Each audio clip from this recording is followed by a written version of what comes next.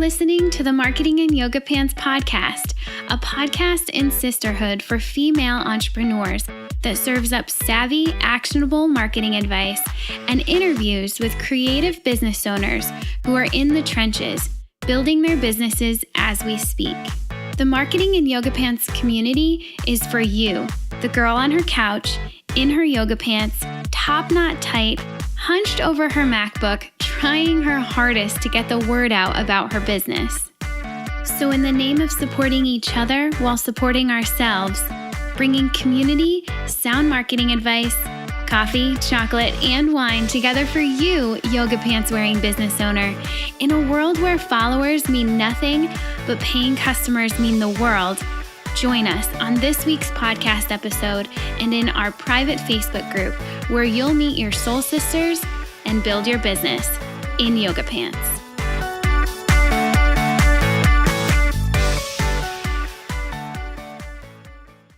All right, welcome back to another episode of the Marketing and Yoga Pants podcast. I'm Britt Colo, and I'm here today with Lucy and Daphne, founders of Salt Design Co. Thank you so much for joining me today, ladies. Hi, thanks for having us. All right, so I ended up finding Lucy and Daphne on Instagram.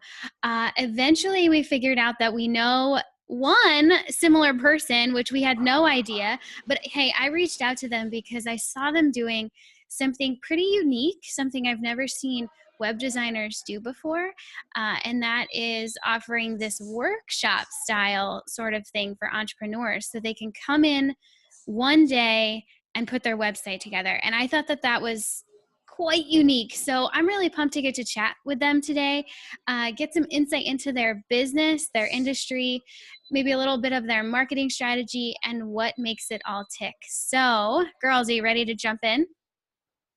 Yes. Let's do this. All right. As they sit in a coffee shop in Vancouver, right? Yes. Yeah, just trying to find a quiet, semi-quiet spot. And this is such the life of just a creative entrepreneur trying to figure it out. I love this. So this will be fun. So first of all, you guys, can you please tell me, how do you earn your living? And if it's different for the two of you, feel free to explain, what does that look like for you? Yeah, so that's actually one of the reasons why we've had to jump around today. As a business, we earn enough income to pay me. Daphne still has a full-time job elsewhere, and you work 10, 20 hours a week, I think. So, yeah. And together we've built the entire business. We do everything, but I'm technically the only full-time employee. So my income for about a year has been the business. Daphne's is still elsewhere. Okay. Interesting. And tell me more about Salt Design Co. What do you do? So we do a whole mixture of brand services. Essentially, we start from strategy, we do brand design, web design, and Daphne can speak to this a bit better. But when we first started, the whole idea was like, design is confusing and people shouldn't have to feel that way. So what can we, we were sat in Tim Hortons. Yes. And yeah, we just want to help break down some of that jargon, make it a little bit easier, and demystify some of the hard stuff, like the business and the complicated words, and just make it a bit easier to understand. Mm-hmm. I think I came from a background that wasn't in any kind of arts or anything. So after doing this program, I realized that there was a lot that I had learned, but there was also a lot that doesn't have to be so scary for people out there to realize and to approach us with. And I think there was that kind of missing link there. So I think that's what Lucy and I are trying to kind of fill that void right now. Yeah, we see a lot of agencies, and we've had this from clients as well, where they've gone to meet with an agency to hire them and they've been intimidated, or they've met a senior director and then they're like, hang on, I'm paying you $30,000, but I'm probably just having the junior work on it, right? Like, how much are you touching it? And it's kind of all fogs and smoke and, and we were just there like, well, just come sit with us in our office and hang out and we'll figure this out together. And it's much more peer-to-peer type business than like, you're hiring us and we're the boss. And it's like, no, just we'll figure this out together and we'll help you. Oh, I can just see how that would so much speak to your people and your ideal client. So do you work mostly with entrepreneurs right there in Vancouver, or are you branching out to other people as well? Most of our clients are here in Vancouver, particularly just because we can meet them in person at events and they can really hear the difference from us. But funny enough, we do have a client in North Carolina right now as well. And we've had inquiries from Texas and lots of random places, but the people that can, I think, as long as they can either see you in person or talk to you on the phone, then it doesn't really matter where you are. But obviously when you meet people in person, and that became a huge part of our business, particularly last year, we had at least one, if not 3 or 4 meetings with our clients for every project. In person. In person, yeah. Interesting, because you do websites and you do an online business, so a lot of times people elect to have it all strictly online, and they might meet face to face, but not really, right? Via Zoom like we are right now. So that's an interesting spin again, with taking the website offline and making that peer-to-peer connection. Very interesting. Yeah. Okay, so let's hear the story. And we've never spoken before, so I have no idea what this looks like. I want to hear both of your stories of how you came to do this with your life. Sure. You go first. All right. I actually am born and raised in Vancouver. Had a pretty traditional school upbringing where you finish your high school, you think you should go to university, so you do, and you finish that. I feel like university, I kind of just stumbled my way through it, and everything worked out really well. So I ended up getting a job in the field that I went to university for. But after a while, the drive kind of fizzled out in that, and I needed something else to do. And I realized I always really enjoyed doing things on the computer, trying to do stuff like that. So I started doing some research at work to look for a school to go to. So that was kind of shady, but it's okay. I ended up just choosing the same school as Lucy. So that's how I ended up in the field that we're in now. And yeah, that's what I decided to do. I needed a change, is what was it for me. Yeah. Interesting. Which I think is common. Mm-hmm. Yeah. I am kind of the opposite. I didn't do the usual route. So obviously, as you can tell by my accent, I'm from England. I grew up there, but I am a Canadian citizen, and we used to visit when I was a child. We'd come out to Vancouver on holiday. I have family here, and at age 11, I decided I was going to go to university here, and that's what I did. I was just set on it. But then, 7-8 years later, hadn't thought of anything else. I'd never even applied to English universities, and then I got a bit scared, and I was like, what am I doing? Wait, I'm doing this? This is real? I'm moving across right. I just kind of panicked a bit. And the whole plan was that my mum was going to come out with me for at least the first year to kind of help me get settled in. I was going to go to a big traditional university, and I just got cold feet. And so we still moved out here. I took a year off to travel a little bit. And then I did come back, and I did my first semester at UBC, and I hated it. I hated every minute. So I dropped out, and I went back to England for nearly 3 years. I ended up looking around to try and find other courses that I was interested in. I wanted more of an art school basis. I had always done textiles and photography in what we call college, but it's kind of when you're 17, 18 in England.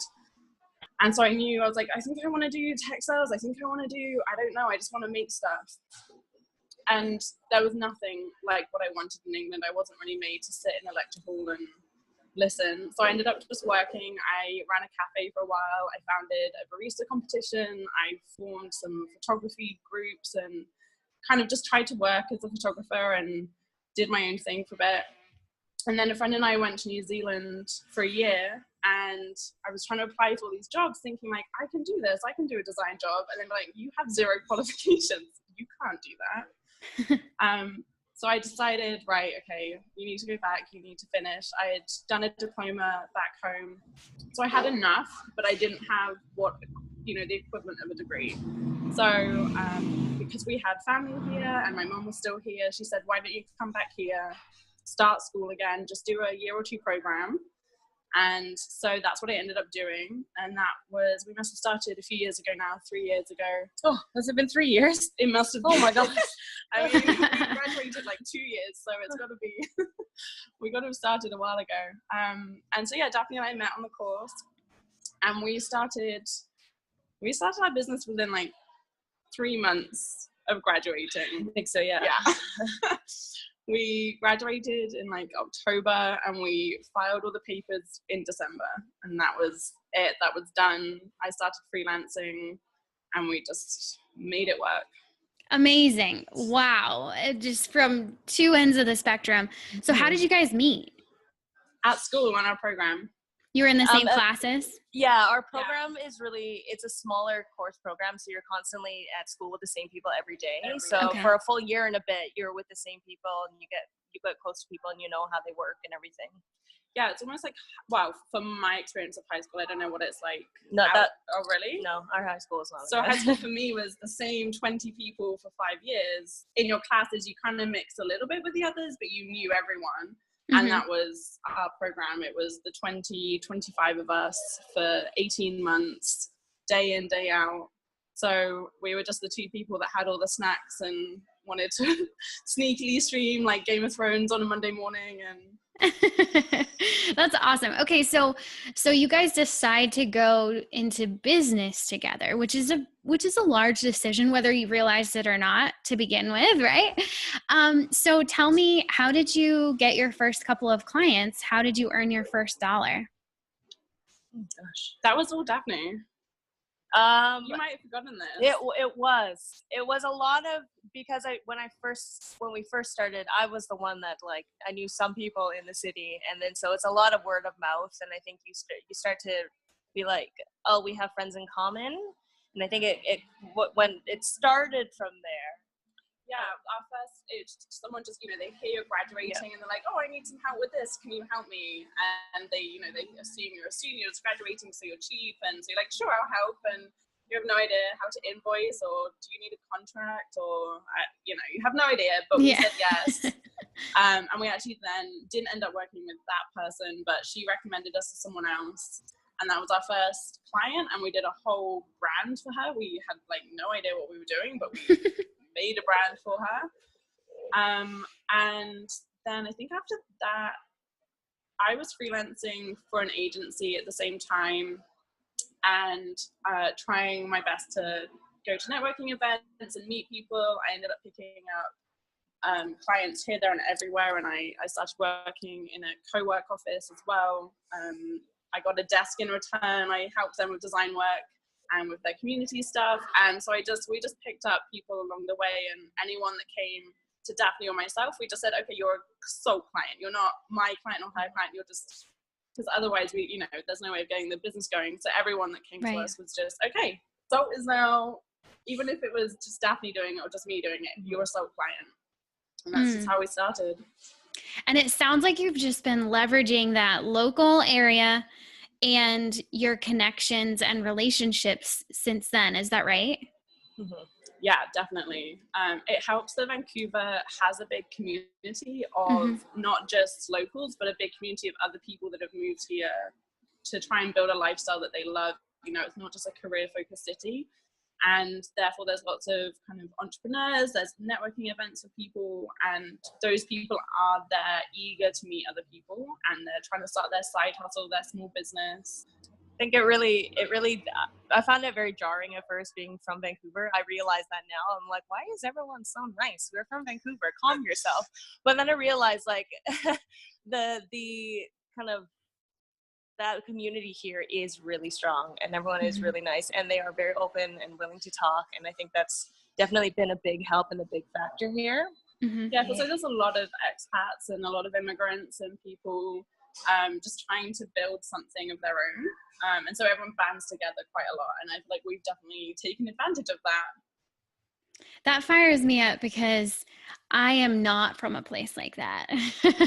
I'm from a really tiny little town, and I had an opposite experience from you, Lucy, where I went from knowing everybody in my high school to then not knowing anybody at college. And so I had a great college experience, but then I'm kind of back to where there's not a whole lot of collaboration, a lot of local stuff. So it just fires me up to know that that's happening and working for you guys. And it seems like it fires you up too. So that's just encouraging to see. Yeah, it's definitely here. I think it rallies you, and it's hard to do stuff when it's just you doing it. And when there's other people doing it, you're like, okay, cool, let's do this together. Let's figure this out. That's really cool. Okay, so, all right. So now I would love to know, because the one thing that caught my eye about you two, I had somehow found you on Instagram, right? But the one thing that made me think, I kind of want to show these two off. I don't know them, but who can I connect them with? At the time, I had no idea you were from Vancouver. Again, it was just so random, but I noticed a post or two about you were doing this website workshop, this one-day website workshop. Right now, at the time of this recording, it's coming up, I know, this weekend, because one of my clients is going to it. So I know that it's coming up. At the time this podcast goes live, it would have already passed. But tell all of us the strategy the thought that went behind, hey, we're going to do this one-day website workshop, and explain to us what goes into that sort of thing. A lot. It's such an intense thing. I feel a bit crazy that we do this sometimes.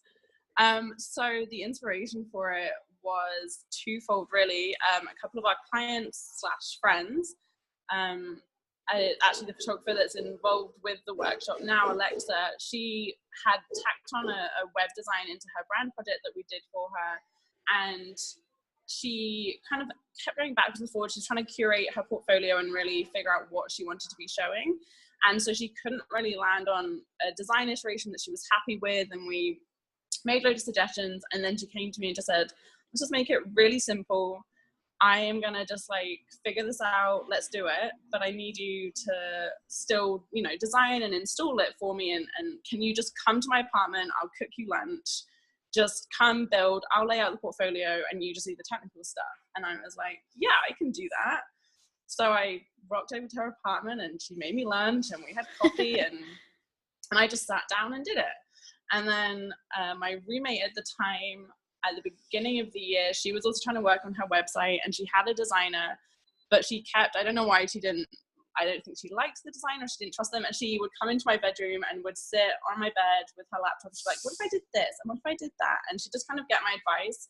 And so it was just a series of literally sitting on the couch with people or around the dining room table, whatever it was, and just talking them through how to build their Squarespace website, how to implement it, some little design tips and tricks. And Alexa said to me, you should just do this as a service. Why is this not one of your packages? And we thought about it, and it's really hard to make into an actual package because you can't go to everyone's house. Right. So we made it into a one-day workshop, essentially. It's kind of a course. We do have a few weeks of prep work beforehand, so we're just wrapping that up right now with this weekend's participants. But essentially it is just a full day intensive workshop, and we run them through as much as we can within that day, and then they leave with a website. That's amazing. Yeah, it's insane. Okay, so wow, it's just so smart. You're just open to, I can just sense you're both just open to the possibilities and what your clients need, and therefore you're open to creating and providing truly what they need. And that's so cool. I am sure that some of my listeners right now are thinking, wow, I have never thought of that before. And that's pretty cool. So we know that you're working right now. You've got your workshop coming up this Saturday. What else are you working on right now? Where's your focus at? Does that pretty much take your focus when it's going on right now? We're kind of in the thick of it. So what does that look like for you? We are in the thick of it. We are, yeah. Yes. I was like, what else do we have? Right now, the focus, other than that, is maintaining current client. We still have other clients. We're still building a couple of brands. We launched some monthly events that we just had our second one last week. I had to think about that then. And then next year, so we're already kind of pre-planning on how we can take the workshop and make it even better. So next year, and we'll start thinking about this in October. Next year, it will become more of an e-course option and like a webinar series. So that's kind of at the back of certainly my mind. It's on my mind too. Lucy comes. She's the brains of the operation. I joke, I am the brawn. But she does come up with a lot of these ideas, and a lot of the time it feels like, oh, you're telling me a lot of ideas. This is really great. It's overwhelming, but it's also like it is fun because it does come to fruition. So I feel like every month is something new and exciting to think over and to plan for. So this month it's been our workshop, which we've like, it's our second go. So we're working harder at it and we're refining it. And I'm excited. Last month, or the last time we did it, I was terrified. This time I'm just excited for it now because I think we have a handle on it, and I think it's going to be great. And then it's just every other month something new to look forward to and to work on. Yeah, it's just staying afloat, honestly. And we're going on vacation next weekend, so it's just how do we keep everything afloat, ready for that. We've got to obviously do extra work to prep for the fact that we're away, and so just trying to stay on top of things, really. And I mean, Daphne jokes that she's the brains. I think she is, because I might come up with the ideas, but I need her to review it and give me the logic and be like, no, that won't work. What do you think? Sometimes I feel like your handler. That's hilarious. What are you doing? Calm down. So is that, I kind of picked up on that already, but so is that really the dynamic that's going on? Like, tell me about the dynamic and how you guys actually do get the work done together as a team. What are what's the dynamic there? It is pretty similar to what you said. I mean, it's kind of a result of our situation. We've had to make the most of Daphne still working full time and her availability versus the time I can put into things, which hasn't been equal. And we're planning for that to change really soon, which is really exciting. And then we'll have to figure out a whole new way of working together. I have no idea what that's going to look like. But from day one, I think you always said, Daphne, like, I don't really want to have to worry too much about the businessy things. Like, I want to design, I want to make, and I was the opposite. I love designing and being creative, but I also wanted to learn how to run a business and what marketing is and how to do all these different things. And I had been starting smaller initiatives in England and going to entrepreneurial conferences and events and trying to just learn whatever I could. So I kind of took the reins, took the helm of the ship, and decided to start steering it. And then I just turned back and like, is this okay, Daphne? So far she's made great choices, so I'm not worried. That's so great. Oh, I love watching that dynamic. It really, as a solopreneur, it's fun to watch for me, and it's just encouraging to watch, especially two female entrepreneurs come together and work together on this and just make it work and lean into each other. That's so powerful, you guys. So I'm encouraged just in this conversation by that. Well, we were really lucky. we have like different styles and personalities that balance each other out, and we're both pretty sarcastic and honest, which helps. And then I think, I don't know, you always need someone that you can trust and have as a sounding board. And that will change when Daphne has more time to come into the business. But that's exciting for us to figure out. Like, I feel ready for that now. And I think also we're becoming more and more open with our choices. And like when we need things done, or there's like choices that we have to make on design or something, it's just like, just put it all out there. It's just, at the end of the day, we need to make these choices. Sometimes they can be weird and hard, but like, And I do find that we often end up changing each other's mind. Like, I'm often swayed by what Daphne will say, and I know that my opinion is never enough, and I think we both just recognize that. So it makes it easier. I can see where that would be the case for sure. And I mean, I talk to solopreneurs all the time, and it, whether they're my clients or just people I'm grabbing coffee with, or they're here on the podcast or in the Facebook group, sometimes alone we get so far into our own heads So I can just imagine when you have that almost built-in sounding board, you can just move forward quicker, which is cool. Yes. It's awesome. Almost. It also makes you be more patient because you have to wait for the other person. Very true. Oh, that's true. That's true. But it's like a built-in checks and balances, which is I can see where that would be a little frustrating as like the one that wants to drive things forward. But in the end, I bet it's better, awesome. Yeah. Okay. So let's lighten things up. Easy, quick questions. Favorite place. I'm going to take it back. Dave, you can take that out of there. I just got way too forward on my words. Okay. All right. Let's lighten things up with some quick, easy questions. First of all, favorite place you've ever traveled to? I would love to know both of your answers to that one. I am going to go with Ireland. I've been there twice. I went once in high school. I went again when I backpacked when I was maybe like 21 or 22, and I've had a great time there. Lucy and I are going to Europe in a couple of weeks, actually, and I'm like super bummed that we're not going there again. But again, I'm not, because we're clearly going to Europe, and I just love it there. I've always had such a great time. Everyone has been so lovely. Like, everyone complains like the weather, but it's nowhere near as terrible sometimes like the rain and stuff as here in Vancouver. And maybe it's just because like the countryside is so beautiful too, that anything that goes wrong, you're like, it's fine. Look at how beautiful it is. You can enjoy it. There's sheep everywhere. Go grab some like. That's how I feel here. Oh, not less sheep though. Yeah. Without the sheep. Oh boy, I don't even know. Yeah, you've been all over the place. I kind of have, because I've lived in 3 countries now. I've traveled around Southeast Asia as well. Obviously, growing up in Europe, you have access to a whole continent that you don't in North America.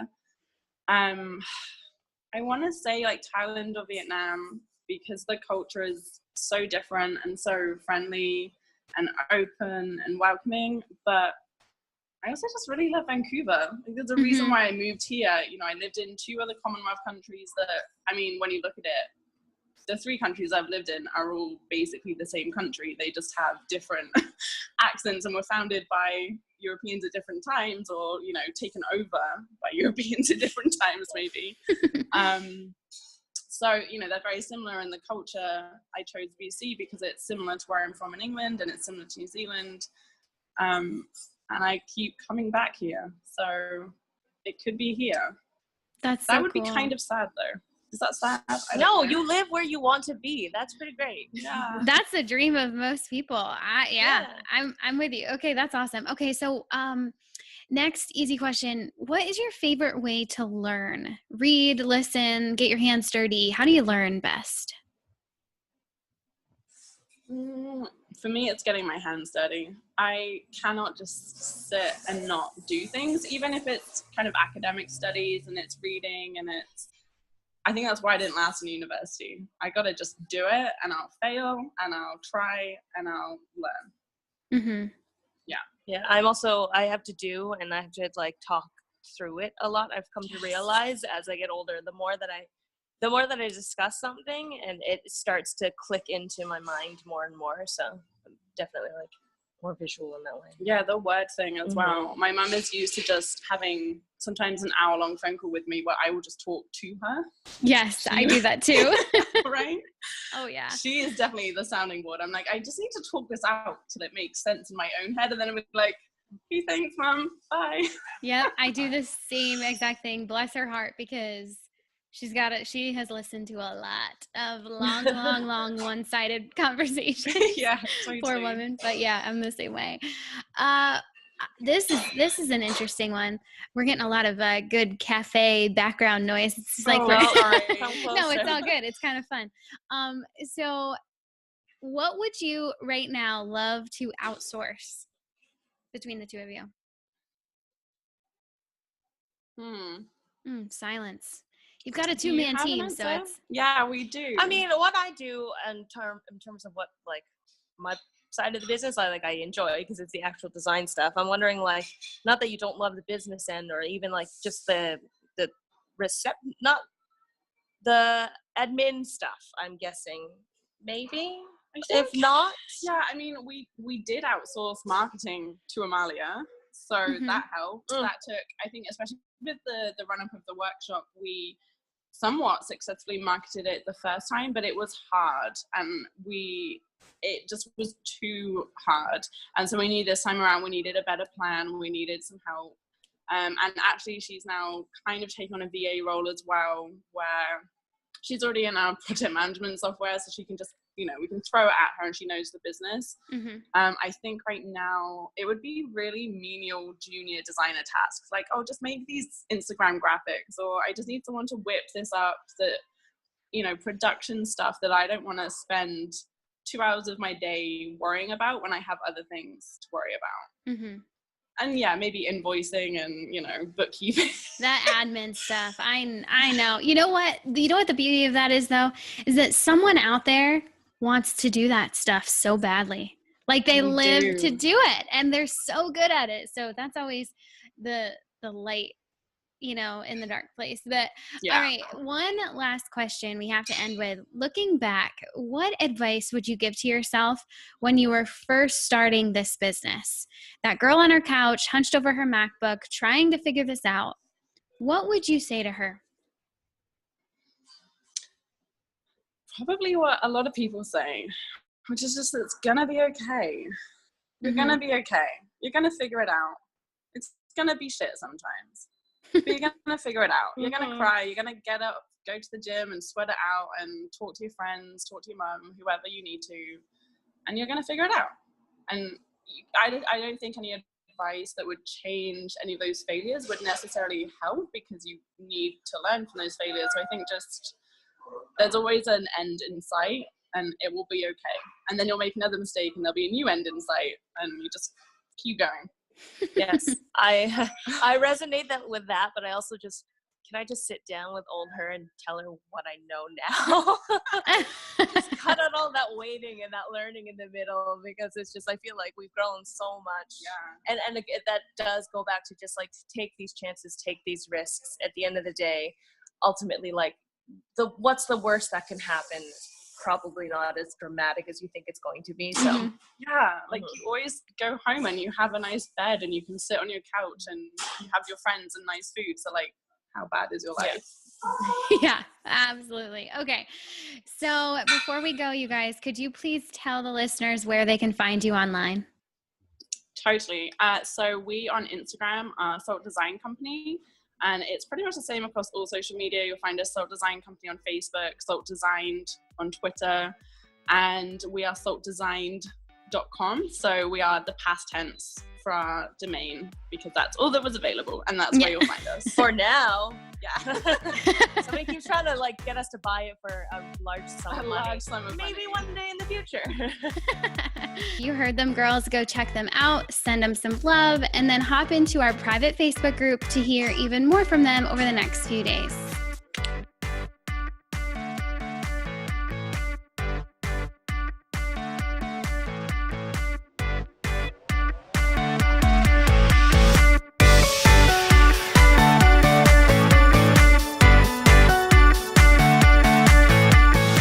Thanks for joining us on this episode of the Marketing in Yoga Pants podcast. Keep the conversation going by visiting marketinginYogaPants.com/Facebook, where you'll get to join that private Facebook group I've been talking so much about. There, you'll get to chat with our podcast guests. Yeah, they're in there too, and all of the other brilliant creative business owners. We're connecting, we're meeting our soul sisters, and we're building our businesses, all while in yoga pants. So come hang out with us. Again, visit marketinginYogaPants.com/Facebook to get in. And one more thing. If you dig this podcast, would you be awesome and share it with someone? This entire Marketing in Yoga Pants movement is nothing without its community. So please share. And if you're really feeling the love right now, jump into iTunes. You're probably already there if you're listening to this right now. And leave us a rating and review. The more of those we rack up, the more the podcast will be found by ladies like you, and the stronger this community becomes. This episode was edited and produced by the Podcast Engineers. They're pretty great, so go find them at podcastengineers.com. This episode was also brought to you by my online marketing agency, Jam Marketing Group, and you can find us at jammarketinggroup.co. That's all for now. Thanks for listening, and I'll catch you back here next week on the Marketing in Yoga Pants podcast. Love ya. Bye.